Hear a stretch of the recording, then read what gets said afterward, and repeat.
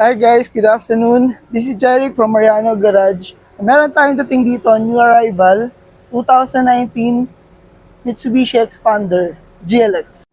So guys, ikot tayo, check nyo kung ano yung unit natin.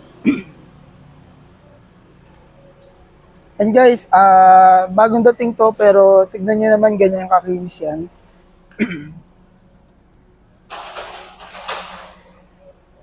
Ayan.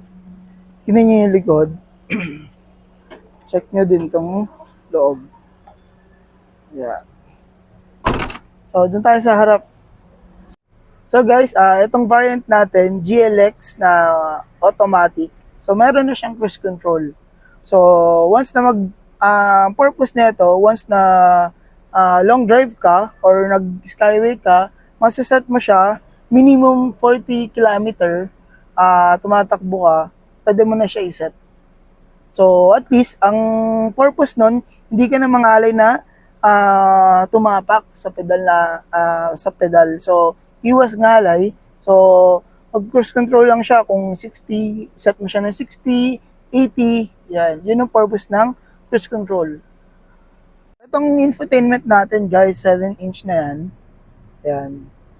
Stock siya. So, walang binago. And then, itong unit is all stock din. So, maganda talaga siya. Kasi bukod sa malamig ang aircon for family use din. Kung mapapansin nyo, sobrang luwag ng legroom.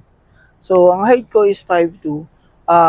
Pero, maluwag talaga siya. Kasi for family siya. For family use. Then, pwede mo pa ito i-fold. So, ito yung sinasabi ko kanina na pwede mo rin siya i-fold.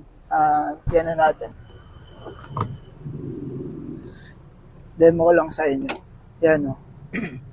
Yan. So, ganyan siya. So, straight siya. So, in case na magka-camping ka, actually, pwede rin eh. So, kung magka-camping kayo, meron kayong folding bed or kahit na comforter, pwede na rin dito. So guys, itong expander natin, ground clearance niya, 200mm.